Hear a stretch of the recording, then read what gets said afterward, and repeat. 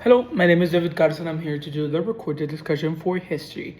Okay, we have three questions and I'm gonna be answering them right now.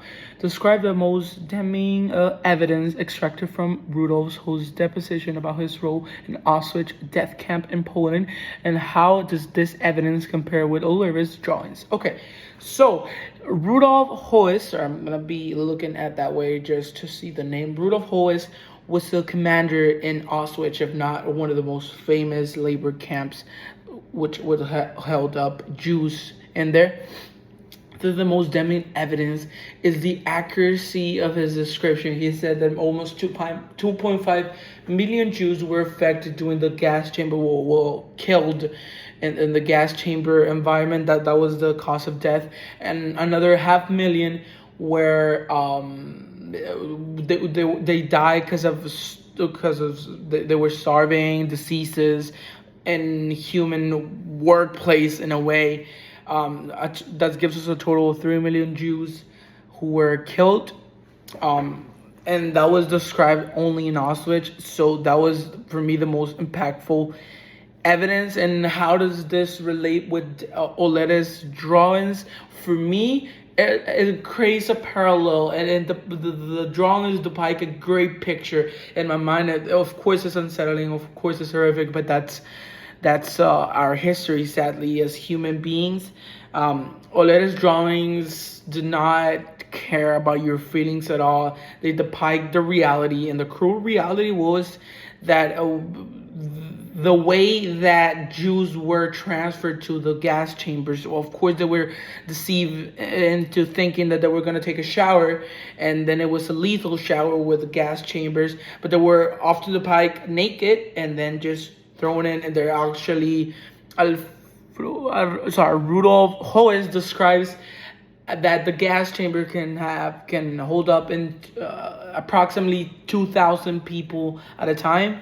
But for me, this kind of relates with Oleda's drawings, since Oleda's drawings depict the horrific truth. That was the first. The first drawing was a bunch of Jews fully naked, and of course to not get anything to intervene with their death.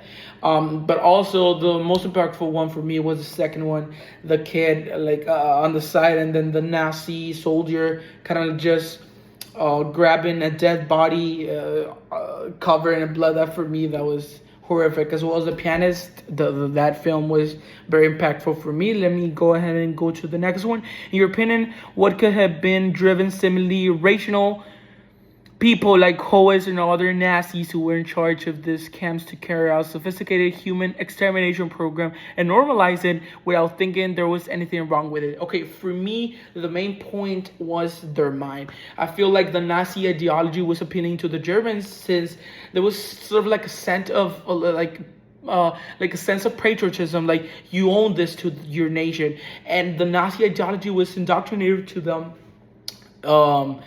They rooted for it.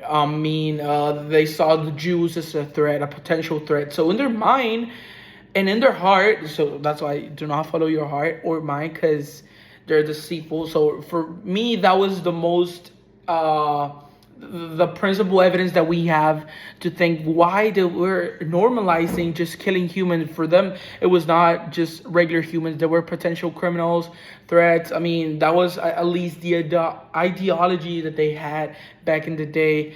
That's for me the main reason, the main point why they did that.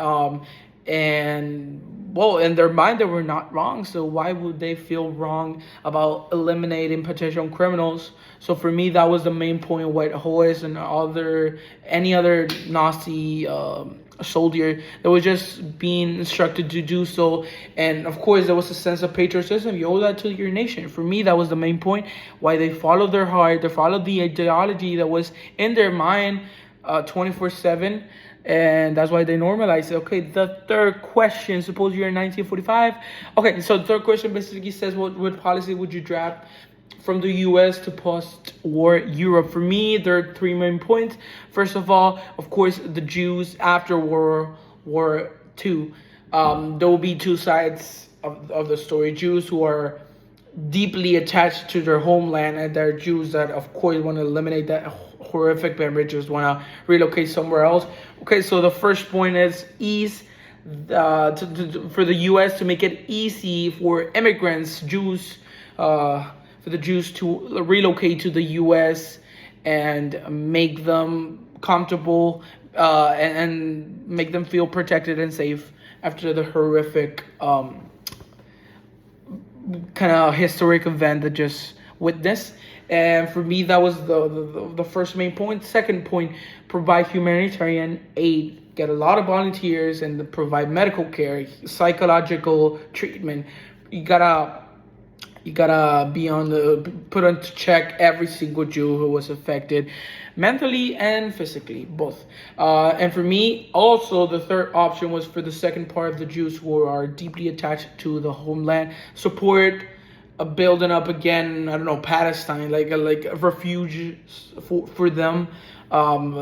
Make them safe, make them feel safe in their own homeland, and of course provide humanitarian aid over there. That's for me. That was my answers to all three of the questions. Thank you.